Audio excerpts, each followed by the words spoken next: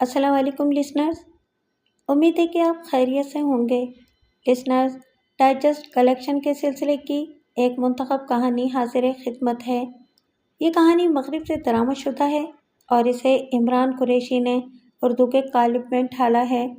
Listeners, محبت، وفاداری اور ایثار ایسے جذبے ہیں جو کسی خاص خطے سے منسوب نہیں کیے جا سکتے۔ مغرب میں بھی ایسی مثالیں پائی جاتی ہیں۔ تو آئیے شروع کرتے ہیں آج کی کہانی۔ نیپلز کے پاس بہت کچھ ہونے کے باوجود بھی بہت کچھ نہیں تھا۔ وہ جس کمپنی میں کام کرتا تھا وہاں اس کا عہدہ اور تنخواہ معقول تھی۔ فیری اچھی اور پرخلوص بیوی تھی، اس کی ضروریات کا بہت خیال رکھتی تھی۔ اگر زندگی میں کسی چیز کی کمی تھی تو وہ صحت کی تھی۔ ہر چند کے دیکھنے میں وہ نہایت باوقار شخصیت اور بھرپور صحت کا مالک دکھائی دیتا تھا، لیکن وہ بخوبی جانتا تھا کہ یہ سب کچھ ایک سراب کے مانند ہے۔ وہ اندر ہی اندر پانی میں گر جانے والے نمک کی طرح گھلتا جا رہا تھا۔ گزشتہ سال ہونے والے ٹریفک حادثے میں اس کا دماغ متاثر ہوا تھا اور ڈاکٹرز کے کہنے کے مطابق اگر آپریشن کامیاب ہو بھی جاتا تو یادداشت پر اثر ضرور پڑ سکتا تھا۔ فیری نے ان حالات میں اس کا بہت ساتھ دیا تھا۔ اس کی پرخلوص محبت کی وجہ سے وہ نہ صرف صحت یاب ہوا بلکہ یادداشت پر بھی فرق نہیں پڑا۔ تاہم نہ ختم ہونے والی معذوری نے اسے زندگی سے پسند کر کے رکھ دیا تھا۔ اس وقت بھی وہ ہفتے وار چیک اپ کے لیے ڈاکٹر کے کلینک پر آیا تھا۔ اس کی تمام رپورٹس نارمل تھیں۔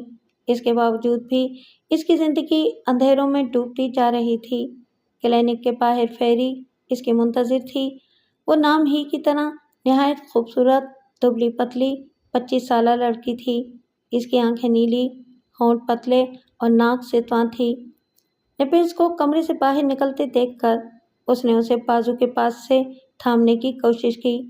نیپلز نے نہایت بے دردی کے ساتھ اس کے ہاتھ جھٹک دیے اور پھر تلخ لہجے میں بولا، میں راستے کو بخوبی دیکھ سکتا ہوں، مجھے تمہاری ہمدردی کی ضرورت نہیں۔ فیری سہم کر پیچھے ہٹ گئی۔ در حقیقت وہ حادثے کے بعد سے نہایت چڑچڑا ہو کر رہ گیا تھا۔ اس کی بیماری کا حل دماغ کا آپریشن تھا اور اس آپریشن کے اخراجات بہت زیادہ تھے۔ اگر وہ دونوں تمام زندگی بھی ملازمت کرتے رہتے تب بھی رقم جمع کرنے کے قابل نہیں ہو سکتے تھے۔ فیری کا ہاتھ جھٹکنے کے بعد نیپلز اسپتال کی عمارت سے باہر نکل کر احاطے کی طرف آ گیا۔ فروری کی نرم گرم دھوپ ماحول کا محاصرہ کیے ہوئے تھی۔ دوپہر کے 12 بجنے والے تھے۔ اسپتال کی چار دیواری کے باہر ٹریفک معمول کے مطابق رواں تواں تھا۔ زندگی اپنے عروج پر تھی۔ سڑک کے مخالف جانب واقع بس اسٹاپ پر کالج کی چند لڑکیاں شور و غل مچانے میں مشغول تھیں۔ چوراہے پر کھڑا ٹریفک کانسٹیبل سیٹی بجا کر اپنی موجودگی کا احساس دلا رہا تھا۔ فٹ پاتھ پر لوگوں کا ہجوم خریداری کے لیے مناسب دکانوں کی تلاش میں سرگرداں تھا۔ پھر جس طرح اچانک ہی بجلی چلے جانے کے بعد ٹیلی ویژن اسکرین پر اندھیرا طاری ہو جاتا ہے، بالکل اسی طرح اس کی آنکھوں کے آگے سے تمام مناظر اوجھل ہو گئے۔ تاہم اندھیرا دبیز نہیں تھا، صرف ملگجے دھندلکے کی چادر تھی جس نے ہر چیز کو اپنے دامن میں چھپا لیا تھا۔ اس کے قدم جہاں تھے وہیں جم کر رہ گئے۔ فیری نے اس کے ہاتھ کو اپنے ہاتھ میں تھاما اور پارکنگ کے دوسری طرف کھڑی ٹیکسی کی طرف بڑھنے لگی۔ اچانک چھا جانے والے اندھیرے کی طرح نیپلز بھی ایک دم بجھ کر رہ گیا۔ ہوتا بھی کچھ یوں ہی تھا۔ آنکھوں کی بینائی چلے جانے کے بعد اس کی زبان کو بھی تالا لگ جایا کرتا تھا۔ یوں عام حالات میں وہ ایک باتونی اور چرب زبان شخص تھا، لیکن عجیب و غریب بیماری نے اسے خاموش دبے اور سنکی انسان بنا کر رکھ دیا تھا۔ فیری نے ٹیکسی کا دروازہ کھولا اور نیپلز کو اندر بٹھانے کے بعد گھوم کر دوسری سیٹ پر آ کر بیٹھ گئی۔ ٹیکسی فلیٹ کی طرف روانہ ہو گئی۔ اس پر اندھے پن کا یہ دورہ گزشتہ ماہ ہونے والے حادثے کے بعد شروع ہوا تھا۔ ڈاکٹرز کے مطابق اس کے دماغ کی رگ میں زخم ہو جانے کی وجہ سے خون جمنے لگا تھا۔ اس رگ کا براہ راست تعلق آنکھ کی بینائی سے تھا۔ خون رک جانے کی صورت میں بینائی وقتی طور پر متاثر ہو جاتی تھی اور روانی کے اعتدال پر آنے کے بعد واپس آ جایا کرتی تھی۔ دماغ کا آپریشن نہ کروانے کی صورت میں 6 ماہ کے دوران میں وہ مکمل طور پر اندھا ہو سکتا تھا۔ تاہم حساس ترین آپریشن میں اس کی صحتیابی کے چانسز صرف 10% تھے۔ فلیٹ کے قریب پہنچنے کے بعد فیری نے ڈرائیور کو کرایہ ادا کیا اور نیپلز کا ہاتھ تھامے دوسری منزل پر واقع فلیٹ کی طرف آ گئی۔ فلیٹ کا دروازہ چوپٹ کھلا تھا۔ اسے اچھی طرح یاد تھا کہ وہ باہر جانے سے پہلے فلیٹ مقفل کر کے گئی تھی۔ ہر چند کے فلیٹ کی چابی بکنگ کلرک کے پاس موجود رہتی تھی، لیکن کسی عام آدمی کو دینا ممکن نہیں تھا۔ اس نے فلیٹ میں قدم رکھا۔ گیلری سے ملحقہ سٹنگ روم سے باتوں کی آواز سنائی دے رہی تھی۔ فیری نے جھانک کر اندر دیکھا۔ صوفے پر سٹ کے ساتھ ادھیڑ عمر شخص برائے جمان تھا۔ اس کی آنکھوں میں سپاکانہ چمک تھی، انگلیوں میں سگریٹ دبائے ہوئے تھا۔ قدموں کی آہٹ سن کر سٹ نے دروازے کی طرف دیکھا، پھر پھرتی کے ساتھ اٹھ کر کمرے سے باہر آ گیا۔ وہ نیپلز کے بچپن کے دوستوں میں سے ایک تھا اور قریبی اپارٹمنٹ میں رہتا تھا۔ فیری نے جب اس کی آمد کے متعلق دریافت کیا تو وہ بولا، یوں سمجھو کہ نیپلز کی قسمت کھلنے والی ہے۔ تم نے کمرے میں بیٹھے ہوئے شخص کو دیکھا ہوگا۔ وہ ڈالرز کی گٹھری کے نام سے جانا جاتا ہے۔ انڈر ورلڈ میں اسے مافیا کے بیٹے کے نام سے یاد کیا جاتا ہے۔ میں کسی کام سے وکیل کے پاس گیا تھا، وہاں ہماری ملاقات ہوئی۔ اب وہ معمولی کام کے لیے $1.5 دینے کے لیے آمادہ ہے۔ کام کیا ہے؟ فیری نے سوالیہ لہجے میں پوچھا۔ کام زیادہ مشکل نہیں۔ مجھے یقین ہے کہ نیپلز کر لے گا۔ تم اسے خوابگاہ میں چھوڑ کر سٹنگ روم میں آ جاؤ، وہ تمہیں کام سے مطلع کر دے گا۔ فیری نے اس بات میں سر ہلایا اور نیپلز کا ہاتھ تھام کر سٹنگ روم سے ملحقہ آرام گاہ میں لے آئی۔ اس نے نیپلز کے پاؤں سے جوتے اتارے، پھر اسے بیڈ پر لٹانے کے بعد کمبل اڑا دیا۔ اس کی بے نور آنکھیں سامنے دیوار پر مرتکز تھیں، ہونٹ جیسے سی دیے گئے تھے۔ وہ جانتی تھی کہ وہ سب کچھ سننے اور سمجھنے کے باوجود بھی صرف اس لیے دلچسپی کا اظہار کرنے سے انکاری تھا کیونکہ بینائی چلے جانے کے بعد اس کے لیے کچھ بھی قابل توجہ نہیں رہا تھا۔ وہ اپنی زندگی سے بیزار تھا۔ فیری نے جلد واپس آنے کا کہا اور کمرے کا دروازہ کھول کر باہر نکل آئی۔ ڈرائنگ روم میں خاموشی طاری تھی۔ جب اس نے اندر قدم رکھا تب صوفے پر برائے جمان ادھیڑ عمر شخص نے تنقیدی نگاہوں کے ساتھ اس کے سراپے کا جائزہ لیا اور پھر تعریفی لہجے میں بولا، تم نام کی مطابقت سے واقعی کسی پری سے کم معلوم نہیں ہوتی ہو۔ اگر حالات معمول پر ہوتے تو میں تمہیں اپنے پرستان میں قید کرنے کی کوشش ضرور کرتا۔ فیری کے چہرے پر غصے کے تاثرات پیدا ہوئے، تاہم وہ تحمل مزاجی کے ساتھ کام لیتے ہوئے بولی، آپ دونوں کی نوازش ہوگی اگر جلد از جلد مجھے کام سے مطلع کرنے کے بعد فلیٹ سے رخصت ہو جائیں۔ میں اور کاموں کے لیے زیادہ انتظار نہیں کر سکتی ہوں۔ مارٹی مسکراتے ہوئے بولا، مصروفیت تو ہمیں بھی بہت ہے، تاہم میں بات بڑھانے کے بجائے مدعا بیان کرتا ہوں۔ مجھے اینڈریو کے خلاف نیپلز کی گواہی درکار ہے۔ اس نے گزشتہ ماہ اپنی سیکرٹری کا بہیمانہ قتل کیا ہے۔ نیپلز اس واقعے کا عینی شاہد ہے۔ فیری کے چہرے پر سوچ کے تاثرات ابھرے۔ نیپلز نے اسے اینڈریو کی سیکرٹری کے قتل سے گزشتہ مہینے مطلع کیا تھا۔ وہ جس کمپنی میں کام کرتا تھا، اینڈریو اس کمپنی کا مالک تھا۔ وہ اپنی سیکرٹری اولیویا سے شادی کرنا چاہتا تھا، لیکن اولیویا ناجائز تعلقات کا فائدہ اٹھاتے ہوئے اسے بلیک میل کرنے لگی اور حالت جذبات میں آ کر اینڈریو نے اسے گلا دبا کر ختم کر دیا۔ بعد از قتل اس نے نیپلز کے ساتھ مل کر اولیویا کی لاش کو شہر سے باہر واقع کھنڈر میں دفنا دیا تھا۔ نیپلز کے کہنے کے مطابق اس واقعے سے اس کے علاوہ اور کوئی واقف نہیں تھا، لیکن اب مارٹی واقعے کی تفصیل بیان کر رہا تھا۔ لہری کو سوچ میں ڈوبا دیکھ کر مارٹی مسکراتے ہوئے بولا، تمہاری آسانی کے لیے میں تمام معاملات کو کھولے دیتا ہوں تاکہ بات چیت میں آسانی پیدا ہو سکے۔ پھر چند لمحے خاموش رہنے کے بعد بولا، اینڈریو میرا سوتیلا بھائی ہے۔ ہمارا باپ ایک ہی لیکن مائیں مختلف تھیں۔ مجھے اس سے کسی بھی قسم کی کدورت یا پھر رقابت نہیں ہے۔ میں تو صرف اس کی جائیداد حاصل کرنا چاہتا ہوں۔ گزشتہ ہفتے اس نے شراب کے نشے میں دھت ہونے کے بعد مجھے اولیویا کے قتل سے آگاہ کر دیا تھا۔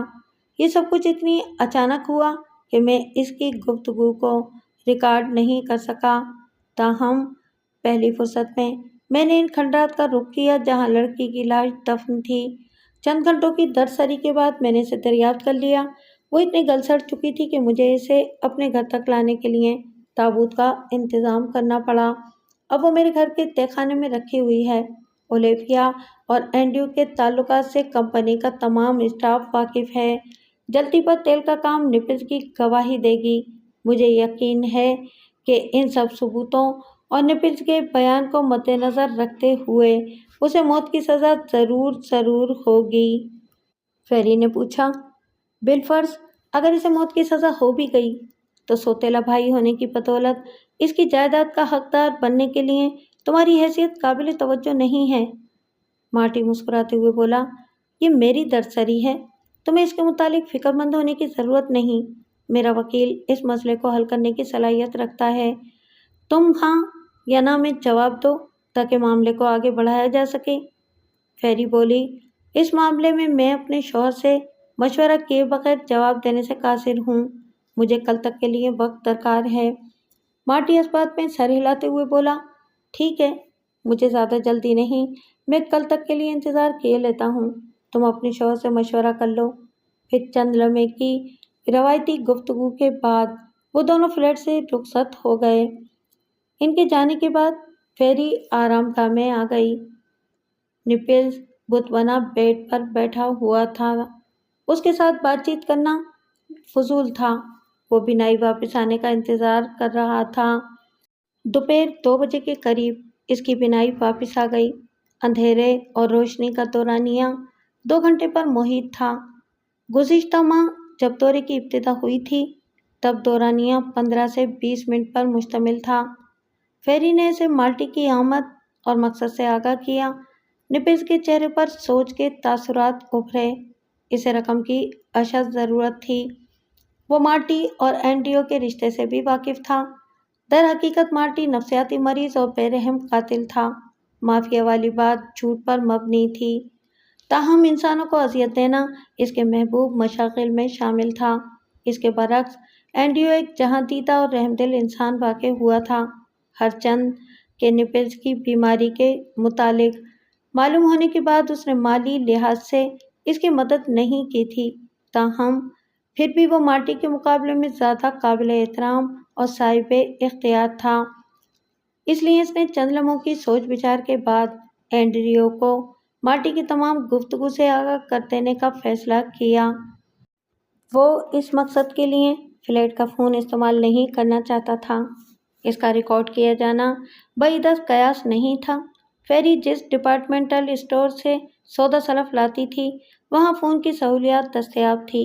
نیپلز نے اسے مختصر سا رکا دے کر ڈپارٹمنٹل اسٹور کی جانب بھجوا دیا تاکہ وہ اینڈریو سے بات چیت کرنے کے بعد اسے مارٹی کے ارادے سے مطلع کر دے۔ اسے ہر قدم سوچ سمجھ کر اٹھانا تھا۔ وہ مارٹی سے الجھنا نہیں چاہتا تھا۔ اس نے اس کی سفاکیت کے قصے ہرگز و ناقص کی زبانی سن رکھے تھے۔ انسانوں کو بے دردی کے ساتھ قتل کر دینا اس کی نگاہوں میں مکھی مار ڈالنے کے مترادف تھا۔ فیری کی واپسی آدھے گھنٹے کے بعد ہوئی۔ وہ ہاتھوں میں سودا سلف کے تھیلے اٹھائے ہوئے تھی اور چہرے پر معنی خیز مسکراہٹ رقص کر رہی تھی۔ نیپلز کے پوچھنے پر اس نے بتایا کہ ڈپارٹمنٹل اسٹور کی طرف جاتے ہوئے اس کا تعاقب کیا گیا۔ اسٹور کے اندر بھی ایک مشکوک آدمی نگرانی پر متعین رہا، تاہم اس آدمی کا بیوٹی پارلر میں آنا ممکن نہیں تھا۔ پارلر کے اندر فون کی سہولت موجود تھی، اس لیے اس نے چند لمحوں کی سوچ بچار کے بعد اینڈریو کو مارٹی کی تمام گفتگو سے آگاہ کر دینے کا فیصلہ کیا۔ وہ اس مقصد کے لیے فلیٹ کا فون استعمال نہیں کرنا چاہتا تھا۔ اس کا ریکارڈ کیا جانا بعید از قیاس نہیں تھا۔ فیری جس ڈپارٹمنٹل اسٹور سے سودا سلف لائی تھی وہاں فون کی سہولت دستیاب تھی۔ نیپلز نے اسے مختصر رکا دے کر ڈپارٹمنٹل اسٹورز کی طرف بھجوا دیا تاکہ وہ اینڈریو سے بات چیت کرنے کے بعد اسے مارٹی کے ارادے سے مطلع کر دے۔ اسے ہر قدم سوچ سمجھ کر اٹھانا تھا۔ وہ مارٹی سے الجھنا نہیں چاہتا تھا۔ اس نے اس کی سفاکیت کے قصے ہر کس و ناقص کی زبانی سن رکھے تھے۔ انسانوں کو بے دردی کے ساتھ قتل کر دینا اس کی نگاہوں میں مکھی مار دینے کے مترادف تھا۔ فیری کی واپسی آدھے گھنٹے بعد ہوئی۔ وہ ہاتھوں میں سودا سلب کے تھیلے تھامے ہوئے تھی اور چہرے پر معنی خیز مسکراہٹ رقص کر رہی تھی۔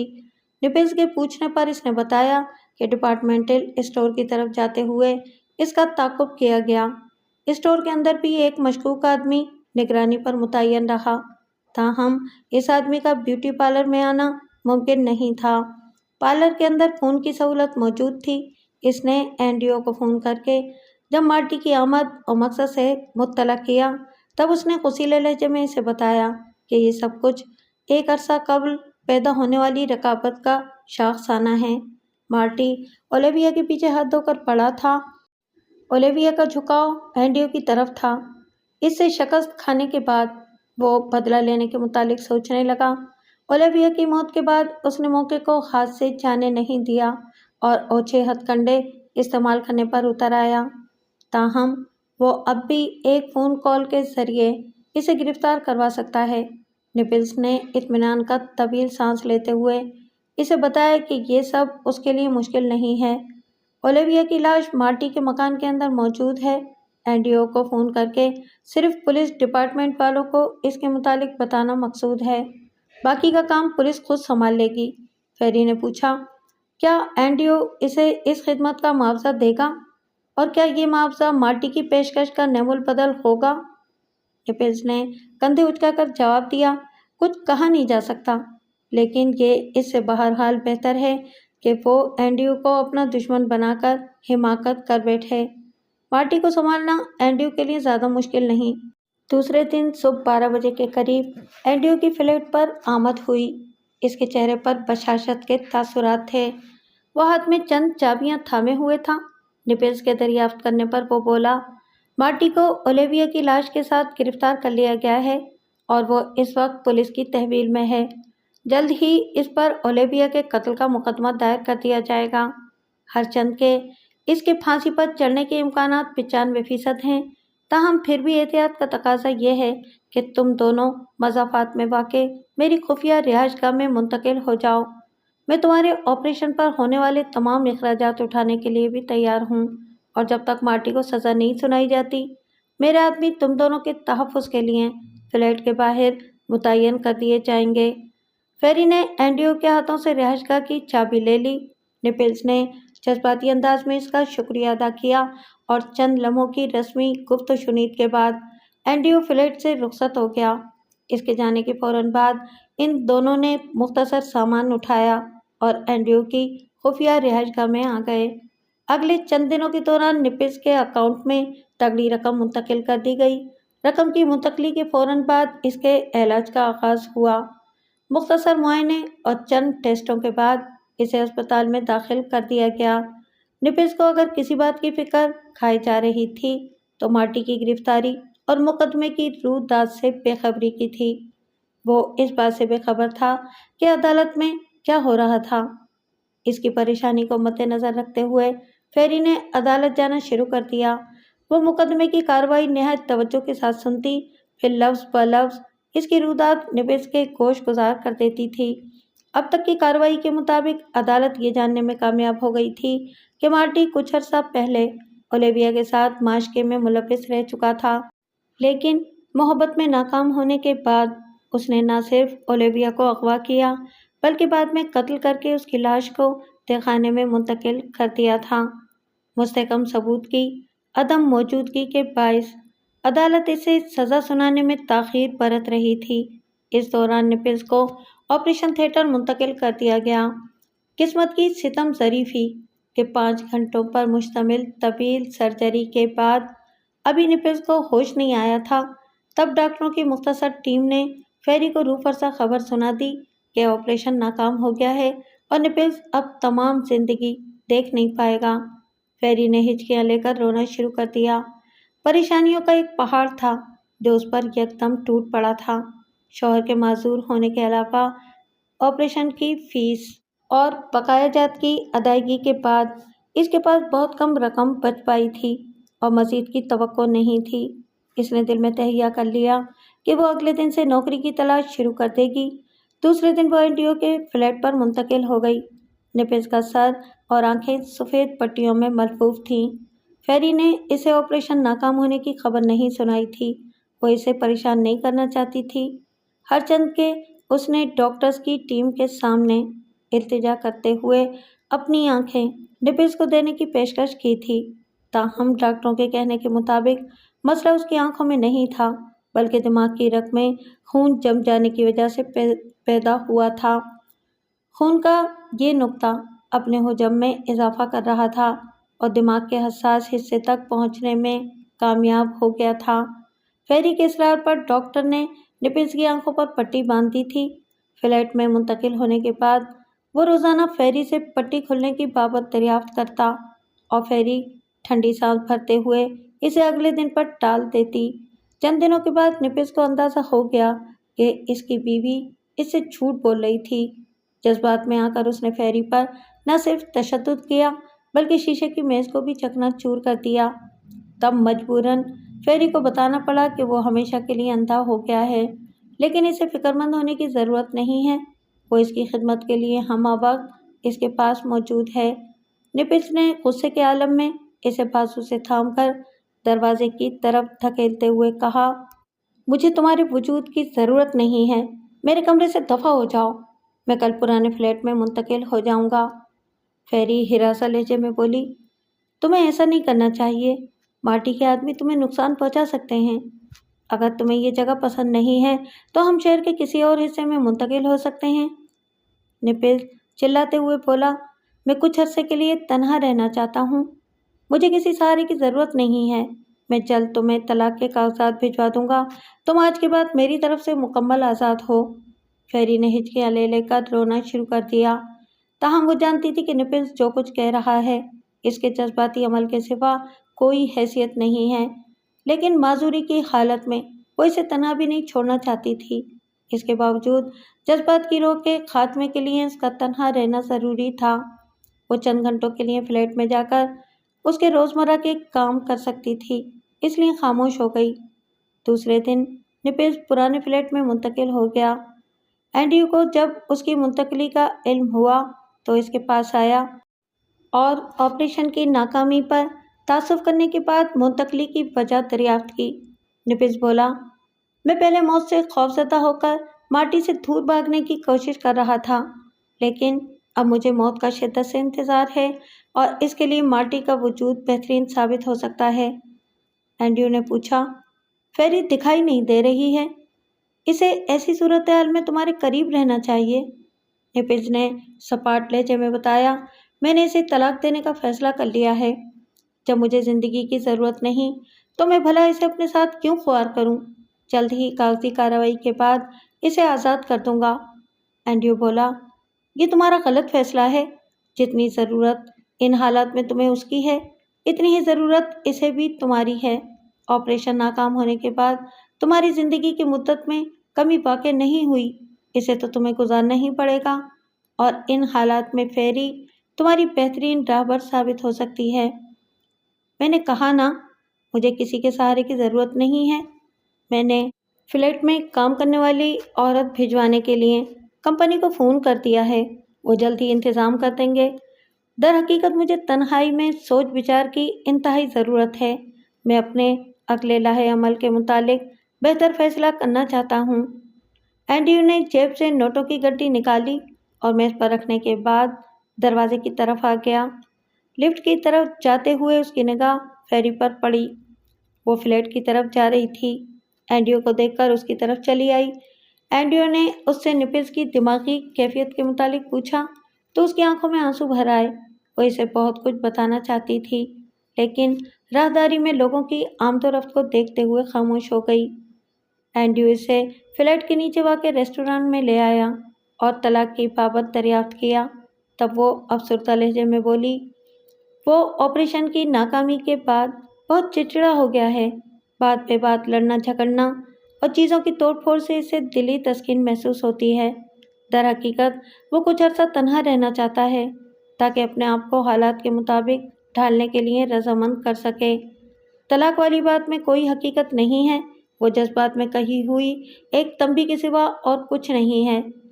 اینڈریو بولا، تاہم پھر بھی اسے ان حالات میں تمہارے وجود کی ایسا ضرورت ہے، وہ اب مختصر قدم اٹھانے کے لیے بھی کسی سہارے کا محتاج ہو کر رہ گیا ہے۔ اسے اٹھنے بیٹھنے، کھانے پینے اور باہر جانے کے لیے تمہاری ضرورت پڑ سکتی ہے۔ میرے خیال میں تمہیں اس کے ساتھ فلیٹ میں رہنا چاہیے۔ وہ مجھے اپنے قریب برداشت ہی نہیں کرنا چاہتا، اس لیے میں نے تہیہ کیا ہے کہ میں روزانہ صبح فلیٹ میں جا کر اس کی ضروریات کا اہتمام کراؤں گی۔ میری حد الوسیع کوشش ہوگی کہ اسے میری موجودگی کے متعلق معلوم نہ ہو سکے۔ مجھے یقین ہے کہ وہ جلد کسی بہتر نتیجے پر پہنچنے میں کامیاب ہو جائے گا۔ میں نپس کے لیے تمہارے جذبے کی دل سے قدر کرتا ہوں اور ان حالات میں مجھ سے جو کچھ بھی ہو سکا میں وہ کرنے کی پوری کوشش کروں گا۔ میرے آفس میں نپس کی جگہ خالی ہے، اگر تم کام کرنا چاہو تو مجھے کوئی اعتراض نہیں۔ فیری نے ممنون نگاہوں کے ساتھ اس کی طرف دیکھا اور چند منٹ کی رسمی گفتگو کے بعد اٹھ کر نپس کے فلیٹ کی طرف آ گئی۔ اس کے پاس فلیٹ کی متبادل چابی موجود تھی، اس لیے دروازہ کھولنے میں اسے دشواری کا سامنا نہیں کرنا پڑا۔ فلیٹ میں داخل ہونے کے بعد وہ کچن میں آ گئی۔ نپس آرام گاہ میں تھا۔ فیری نے اس کے لیے دوپہر کا کھانا تیار کیا، پھر فلیٹ کی صفائی کرنے کے بعد واپس اینڈریو کی رہائش گاہ کی طرف روانہ ہو گئی۔ اگلے دن سے اس نے اینڈریو کی پیشکش کو قبول کرتے ہوئے کمپنی کو جوائن کر لیا۔ وہ کام پر جانے سے پہلے نپس کا ناشتہ اور دوپہر کا کھانا تیار کر جایا کرتی تھی۔ ہفتے اور اتوار کا دن اس نے کپڑوں کی دھلائی کے لیے مختص کر دیا تھا۔ کمپنی میں اینڈریو اس بات کا دھیان رکھتا تھا کہ اس سے مشکل کام نہ لیا جائے۔ اس کے آنے جانے پر بھی پابندی عائد نہیں تھی۔ مہینے کے اختتام پر اسے کمپنی کی جانب سے تنخواہ کے علاوہ بونس بھی ملا۔ اس دن اس کی خوشی کا کوئی ٹھکانہ نہیں تھا۔ وہ گھر جاتے ہوئے راشن کے علاوہ نپس کی پسندیدہ کولڈ ڈرنک، پھل اور چاکلیٹ کے ساتھ سفید چھڑی اور سیاہ اینک بھی خرید کر ساتھ لے گئی۔ جب اس نے فلیٹ میں قدم رکھا تب شام کے 7 بجنے والے تھے۔ نپس حسب معمول اپنی خوابگاہ میں مقید تھا۔ اس نے بلا ضرورت باہر نکلنا ترک کر دیا تھا۔ فیری نے صبح کے ناشتے اور دوپہر کے کھانے کے برتن دھونے کے بعد چند خصوصی ڈشز تیار کیں، پھر فلیٹ کو صاف کرنے کے بعد آرام گاہ کی طرف آ گئی۔ دروازہ اندر سے لاک تھا۔ اس نے ہلکے سے دستک دی۔ اندر خاموشی طاری تھی، پھر قدموں کی چاپ سنائی دی اور دروازہ کھل گیا۔ وہ سامنے کھڑا تھا۔ فیری اسے تقریباً 1 مہینے کے بعد دیکھ رہی تھی۔ اس کی حالت نہایت ابتر تھی۔ بال ماتھے پر بکھرے ہوئے تھے، آنکھوں کے گرد سیاہ حلقے، کپڑے شکن آلود اور چہرے پر مردنی چھائی ہوئی تھی۔ فیری کا دل کٹ کر رہ گیا۔ وہ ہمیشہ سے کپڑوں اور رکھ رکھاؤ کے معاملے میں حساس اور نفیس طبیعت کا مالک رہا تھا۔ جے جائکا اب اس کے کپڑے نہایت ہی گندے اور شکن آلود ہو رہے تھے۔ چند لمحے خاموش کھڑا رہنے کے بعد وہ مدھم لہجے میں بولا، باہر کیوں کھڑی ہو؟ اندر آ جاؤ، میں تمہارے احسانوں کا بدلہ چکانے سے قاصر ہوں۔ فیری نے کمرے میں قدم رکھ دیا۔ نپلس کی طرح کمرے کی حالت بھی ابتر تھی۔ اس کے استعمال شدہ کپڑے قالین پر بکھرے ہوئے تھے۔ بیڈ کی چادر پر سالن اور چائے کے داغ دکھائی دے رہے تھے۔ یقیناً وہ کھانے کا اہتمام بیڈ پر کرتا تھا۔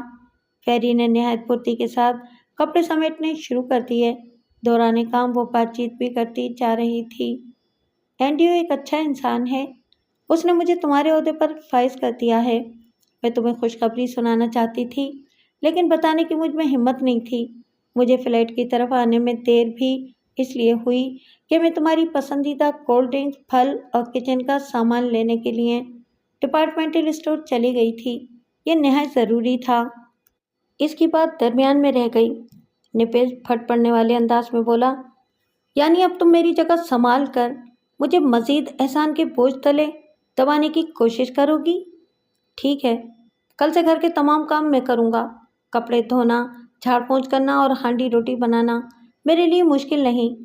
یقیناً میں گھرداری کا کام کرتا ہوا تمہیں برا نہیں لگوں گا۔ فیری دل گرفتہ لہجے میں بولی، تم ایسا کیوں سوچتے ہو؟ میں اپنی زندگی کو ختم کر کے بھی تمہاری حیثیت کو حاصل نہیں کر سکتی۔ میں تو صرف تمہارا ہاتھ بٹانا چاہتی ہوں۔ تمہیں کسی بھی چیز کی کمی کا احساس نہیں ہونے دینا چاہتی۔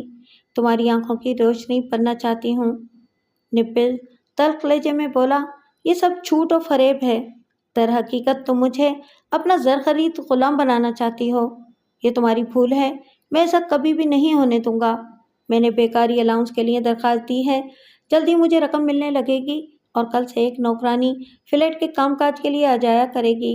اس لیے تمہیں اب یہاں آنے کی ضرورت نہیں ہے۔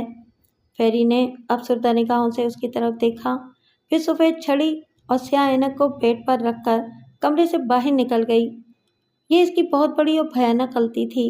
اس کے کمرے سے باہر چلے جانے کے بعد جب نپلز نے بیڈ پر بیٹھنے کی کوشش کی تب اس کا ہاتھ چھڑی کے ساتھ ٹکرایا۔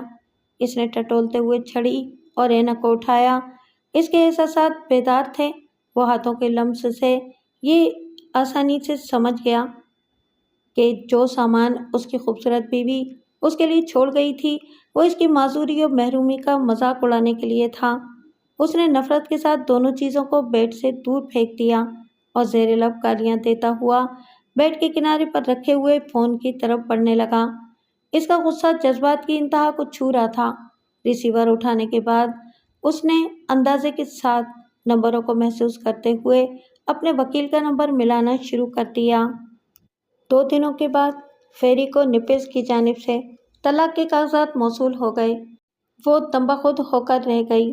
پھر اس نے انٹرکام پر اینڈریو سے سر درد کا بہانہ بناتے ہوئے گھر جانے کی اجازت طلب کی اور کام سمیٹنے کے بعد قریبی بس اسٹاپ کی طرف آ گئی۔ وہاں قریبی 2 پولیس اہلکار وائرلیس پر بات چیت کر رہے تھے۔ فیری کو ان کی باتوں سے کوئی سروکار نہیں تھا، لیکن مارٹی کا نام سن کر وہ چونک اٹھی۔ وہ دونوں اب ایک دوسرے کو معاملے سے آگاہ کرنے میں مصروف تھے۔ ہر چند کے فاصلہ زیادہ ہونے کی وجہ سے وہ کچھ زیادہ نہیں سننے پائی، لیکن جو کچھ اسے سمجھ میں آیا اس کے مفہوم کے مطابق جیل سے چند قیدی فرار ہو گئے تھے اور ان میں مارٹی بھی شامل تھا۔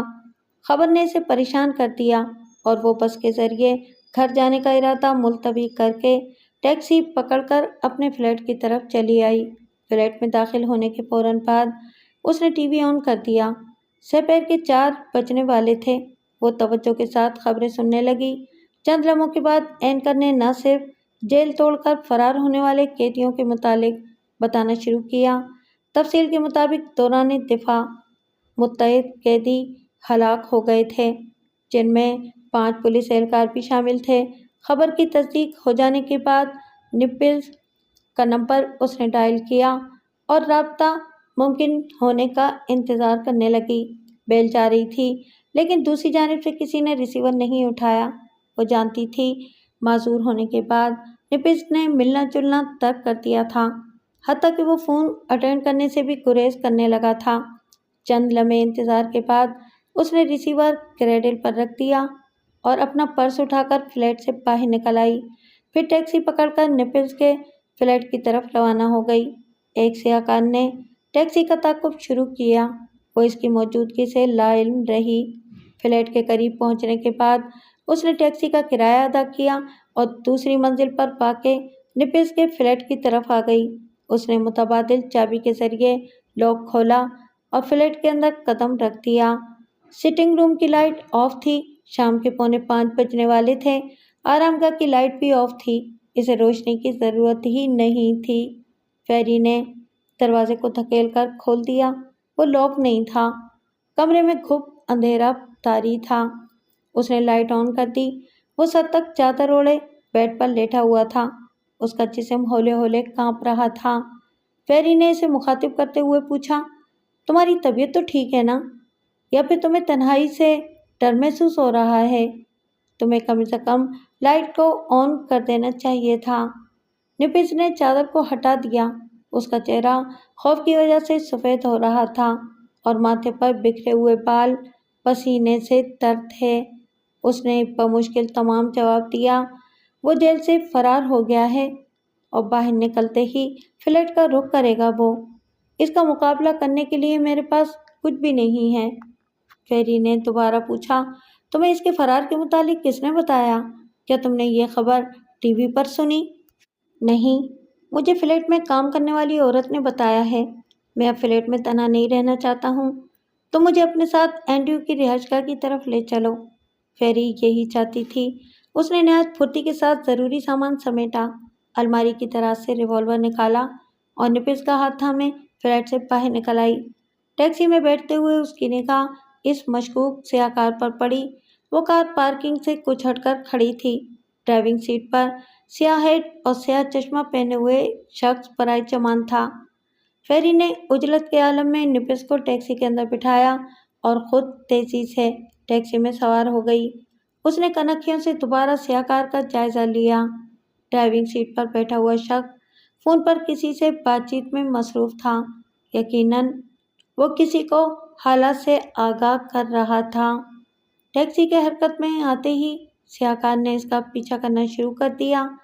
فیری نے سرسراتے لہجے میں نپس کو بتایا، ایک سیاہ کار ہمارے پیچھے آ رہی ہے۔ میں یقین کے ساتھ کچھ بھی نہیں کہہ سکتی، تاہم میں نے فلیٹ کی طرف آتے ہوئے اسے دیکھا تھا۔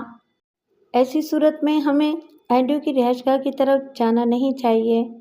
نپس بولا، مارٹی کے آدمیوں کو ہمارا پیچھا کرنے کی کیا ضرورت ہے؟ وہ ہماری رہائش گاہ سے بخوبی آگاہ ہے۔ اسے تو جیل سے فرار ہونے کے فوراً بعد فلیٹ کا رخ کرنا چاہیے تھا۔ فیری بولی، وہ ایسا نہیں کر سکتا۔ پولیس اس کی تلاش میں سرگرداں تھی۔ یقیناً مارٹی نے اپنے آدمیوں کو ہماری نگرانی پر مامور کر دیا ہوگا تاکہ موقع ملتے ہی ہاتھ صاف کر سکے۔ اینڈریو کی رہائش گاہ کی طرف جانے سے پہلے ہمیں پیچھا کرنے والی کار سے چھٹکارا حاصل کرنا ہوگا۔ بات کے اختتام پر اس نے ڈرائیور کو قریبی واقع اپنی سہیلی کے فلیٹ کا ایڈریس بتا کر وہاں چلنے کی ہدایت دی۔ ٹیکسی کو بتائے گئے پتے پر پہنچنے میں 5 منٹ سے زیادہ وقت نہیں لگا۔ عمارت کے اندر ویرانی طاری تھی۔ یہاں کے رہائشی رات کو بیدار ہوتے تھے۔ ان سب کا ذریعہ معاش جسم فروشی تھا۔ فیری نے عمارت کا انتخاب اس بات کو مد نظر رکھتے ہوئے کیا تھا۔ عمارت کا دوسرا دروازہ پچھلی طرف واقع بھرے پورے بازار میں کھلتا تھا اور وہ اس دروازے کے ذریعے بخوبی سیاہ کار میں بیٹھے شخص کی نگاہوں میں دھول جھونک کر فرار ہو سکتی تھی۔ اس نے نپس کا ہاتھ تھاما اور دوسرے ہاتھ میں بریف کیس اٹھائے عمارت کے مخالف دروازے کے ذریعے باہر نکل آئی۔ یہاں لوگوں کا ہجوم خریداری میں مصروف تھا۔ اسے ٹیکسی کی تلاش میں قریبی شاہراہ تک چلنا پڑا۔ وہ ارد گرد کے ماحول کا جائزہ لیتی جا رہی تھی۔ وہاں سیاہ ہیٹ اور سیاہ چشمے والا آدمی موجود نہیں تھا۔ سڑک کے پاس سے اسے بآسانی ٹیکسی مل گئی۔ اینڈریو کی رہائش گاہ تک پہنچنے تک فیری کی نگاہ سیاہ کار کی تلاش میں سرگرداں رہی، لیکن اس کا نام و نشان نہیں تھا۔ فلیٹ میں قدم رکھنے کے بعد دونوں نے اطمینان کا سانس لیا۔ رات کے 12 بجنے والے تھے۔ کمرے کی تمام بتیاں روشن تھیں اور ٹیلی ویژن کی اونچی آواز سے ماحول گونج رہا تھا۔ نپس کے محسوسات بیدار تھے۔ وہ ہاتھوں میں ریوالور تھامے دروازے کے بالکل سامنے کرسی پر برائے جمان تھا۔ اس کی بے نور آنکھیں کچھ بھی نہ دیکھ سکنے کے باوجود بھی دروازے پر مرتکز تھیں۔ کان معمولی آہٹ کو سننے کے لیے بے چین تھے۔ دور کہیں پولیس کی گاڑی کے تیز سائرن کی آواز سنائی دے رہی تھی۔ پھر ٹی وی پر 12 بجے کا بلیٹن پیش کیا جانے لگا۔ نپس نے کان اینکر کی آواز پر لگا دیے۔ وہ بتا رہا تھا، جیل سے فرار ہونے والے 8 قیدیوں میں سے 3 کو گرفتار کر لیا گیا ہے، جبکہ 2 کا کچھ پتہ نہیں کہ وہ کہاں ہیں۔ تاہم 3 قیدیوں کو شہر کے مضافات میں واقع D11 میں روپوش ہو جانے کی اطلاعات موصول ہوئی ہیں۔ پولیس علاقے کا محاصرہ کر چکی ہے۔ D11 کے رہائشیوں سے گزارش کی جاتی ہے کہ احتیاط کے تقاضوں کو ملحوظ رکھتے ہوئے اپنے اپنے گھروں تک محدود رہیں۔ بحالت ضرورت بھی باہر نکلنے سے اجتناب کریں۔ نپس نے ریموٹ کنٹرول کے ذریعے ٹی وی آف کر دیا۔ D11 وہ علاقہ تھا جہاں اینڈریو کی خفیہ رہائش گاہ واقع تھی۔ آدھے گھنٹے پہلے فیری کو اینڈریو کی فون کال موصول ہوئی تھی اور اس نے اسے جلد از جلد اپنی رہائش گاہ پر آنے کے لیے کہا تھا۔ فیری ایسے حالات میں اپنے شوہر کو تنہا چھوڑ کر جانا نہیں چاہتی تھی، لیکن اینڈریو کو انکار کرنا بھی ممکن نہیں تھا۔ اس لیے نپل سے جلد واپس آنے کا وعدہ کر کے فلیٹ سے باہر نکل گئی۔ باہر جانے سے پہلے اس نے فلیٹ کے سٹنگ روم میں شراب کی بوتلوں کے کانچ بکھیر دیے تاکہ انجانے میں آ کر کوئی نپلس تک رسائی کی کوشش کرے تو اس کے چیخنے چلانے کی آواز نپلس کو اپنی طرف متوجہ کر سکے۔ کانچ بکھیرنے کے بعد اس نے آرام گاہ کے دروازے کو لاک کیا اور عمارت سے باہر نکل آئی۔ 11:30 بجنے والے تھے۔ ٹیکسی یا پھر اس کا ملنا ممکن نہیں تھا، تاہم اینڈریو کے کہنے کے مطابق اس کا آدمی فلیٹ کی نگرانی پر متعین تھا اور وہ اس کی سیاہ کار میں اینڈریو کی رہائش گاہ تک آ سکتی تھی۔ سیاہ کار کو دیکھ کر فیری کے چہرے پر پریشانی کے تاثرات ابھرے۔ یہ وہی کار تھی جسے وہ چکمہ دینے کے بعد فلیٹ تک آئی تھی۔ سیاہ ہیٹ اور سیاہ چشمے والا گاڑی کے باہر کھڑا اس کا منتظر تھا۔ اس کے ہونٹوں پر طنزیہ مسکراہٹ رقص کر رہی تھی، تاہم اس نے کچھ کہنے کے بجائے گاڑی کی چابی اس کے ہاتھوں میں تھماتے ہوئے اسے بتایا، گاڑی کے کاغذات ڈیش بورڈ کے نیچے بنے ہوئے خانے میں رکھے ہیں۔ احتیاط کا تقاضا یہ ہے کہ آپ بھی اپنا ڈرائیونگ لائسنس اور دیگر کاغذات قریب رکھ لیں۔ پولیس D11 کی ناکہ بندی کر چکی ہے۔ فیری بولی، میں اپنے تمام کاغذات ہمہ وقت بیگ میں رکھتی ہوں، تمہیں فکر مند ہونے کی ضرورت نہیں۔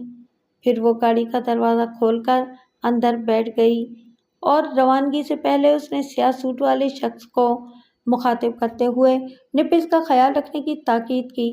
وہ مسکراتے ہوئے بولا، اسی چکر میں وہ شام کو خوبصورت چکمہ کھا چکا ہے۔ در حقیقت اسے نپلس اور اس کی حفاظت کے لیے آج صبح متعین کیا گیا ہے۔ فیری نے مطمئن انداز میں سر ہلایا اور گاڑی اسٹارٹ کر کے قریبی شارع کی جانب روانہ ہو گئی۔ ٹی وی آف ہو جانے کے بعد کمرے میں گمبھیر خاموشی طاری ہو گئی۔ قریب کسی فلیٹ میں بچے نے گلا پھاڑ کر رونا شروع کر دیا۔ کوئی عورت اپنے شوہر سے تلخ کلامی کر رہی تھی۔ ان سب باتوں سے قطع نظر نپلس کے احساسات فلیٹ میں ہونے والی ہلکی سی آہٹ کے منتظر تھے۔ اسے معلوم تھا کہ مارٹی کے لیے اس تک پہنچنا مشکل نہیں تھا۔ وہ جس فلیٹ میں چھپا ہوا تھا وہ فلیٹ اینڈریو کی ملکیت تھا اور مارٹی اس کا سوتیلا بھائی تھا۔ اچانک ہی کہیں قریبی پستول کے زوردار دھماکے کی آواز سنائی دی۔ وہ چونک کر مستعد ہو گیا۔ اس کے اعصاب پر تناؤ پڑنے لگا۔ پستول پر ہاتھ کی گرفت مضبوط ہو گئی۔ پھر دوڑتے ہوئے قدموں کی آواز سنائی دی۔ وہ جو کوئی بھی تھا فلیٹ کا رخ کر رہا تھا۔ نپلس گھبرا کر کرسی سے کھڑا ہو گیا۔ اس نے ریوالور کی نال کا رخ دروازے کی طرف کر دیا۔ لبی پر اس کی انگلی کپ کپانے لگی اور جسم پسینے میں تر ہونے لگا۔ فلیٹ کے دروازے پر کسی نے پوری طاقت کے ساتھ لات رسید کی۔ دروازہ جھنجھنا اٹھا۔ پھر یہ عمل وقتاً فوقتاً دہرایا جانے لگا، حتیٰ کہ دروازہ دھماکے کے ساتھ کھل گیا۔ نپلس گھبرا کر اپنے پیچھے رکھی ہوئی کرسی کی آڑ میں چھپ گیا۔ کوئی فلیٹ کے اندر داخل ہوا، لیکن اس کی عقل مند بیوی کے جال میں پھنس کر چلانے لگا۔ شراب کی بوتلوں کے ٹکڑوں نے اپنا کام کر دکھایا۔ چیخنے چلانے کی آواز کسی ادھیڑ عمر مرد کی تھی۔ شاید وہ اس آواز کو اپنے فلیٹ میں سن چکا تھا۔ اس کے پیچھے پڑی ہوئی تپائی پر رکھے ہوئے فون کی گھنٹی بج اٹھی۔ وہ کرنٹ لگے ہوئے وجود کی طرح اچھلا۔ پستول اس کے ہاتھوں سے گرتے گرتے بچا۔ کانچ کے ٹکڑوں سے گھائل ہونے والے وجود نے آرام گاہ کے دروازے پر دستک دی۔ نپلس نے پھرتی کے ساتھ ٹیلی فون کا ریسیور اٹھایا۔ دوسری طرف گمبھیر خاموشی طاری تھی۔ پھر ماحول پستول کے دھماکے سے گونجا۔ نپلس نے اپنے جسم کو یکلخت زمین پر گرا دیا۔ یہ ایک فطری عمل تھا۔ ریسیور اس کے ہاتھ سے چھوٹ گیا۔ اس میں سے فیری کی آواز سنائی دے رہی تھی، نپلس، نپلس، فلیٹ کے باہر متعین اینڈریو کے آدمی نے ابھی اطلاع دی ہے کہ جیل سے فرار ہونے والے 2 قیدی ہمارے فلیٹ والی عمارت میں گھس گئے ہیں۔ وہ ان کا پیچھا کر رہا ہے۔ تم فکر مند نہیں ہونا، وہ سب سنبھال لے گا۔ لیکن نپلس کے حواس منجمد ہو گئے تھے۔ اسے اب کچھ بھی سنائی نہیں دے رہا تھا۔ کمرے کا دروازہ دھماکے کے ساتھ کھل گیا۔ چند لمحے پہلے ہونے والے فائر نے دروازے کے لاک کی دھجیاں اڑا دی تھیں۔ کسی آدمی نے کمرے میں گھسنے کی کوشش کی۔ نپلس ہراساں انداز میں چلاتے ہوئے بولا، تم اپنے مقصد میں کامیاب نہیں ہونے پاؤ گے۔ میں اپنے ہی ریوالور سے اپنا خاتمہ کر لوں گا۔ اسے کسی کے چلانے کی آواز سنائی دی، لیکن الفاظ درہم برہم ہونے لگے۔ اسے کچھ بھی سجائی نہیں دے رہا تھا۔ کسی نے دوڑ کر اس کی طرف آنے کی کوشش کی۔ نپلز نے نہایت پھرتی کے ساتھ ریوالور کی نال کو کن پٹی پر رکھا اور ٹریگر دبا دیا۔ زوردار دھماکے کی آواز سے کمرے کا ماحول گونجا اور اس کا جسم سیمنٹ کی بوری کی طرح زمین پر ڈھہ گیا۔ اس کے قریب زمین پر گرے ہوئے ریسیور میں سے فیری کی آواز سنائی دے رہی تھی۔ نپلز، یہ دھماکہ کیسا تھا؟ کیا وہ فلیٹ میں داخل ہو گیا ہے؟ تمہیں فکر مند ہونے کی ضرورت نہیں، وہ NDO کا آدمی ہے۔ مارٹی جیل سے فرار ہونے والے قیدیوں میں شامل نہیں تھا۔ وہ موقع پر ہی ایک پولیس اہلکار کی گولیوں کا نشانہ بن کر ہلاک ہو گیا تھا۔ اس کی بات سننے کے لیے نپلز دنیا میں موجود نہیں تھا۔ کمرے میں داخل ہونے والے NDO کے آدمی نے آگے بڑھ کر ریسیور کو کریڈل پر رکھ دیا اور تعصب بھری نگاہوں سے خون میں لت پت نپلز کی لاش کو دیکھنے لگا۔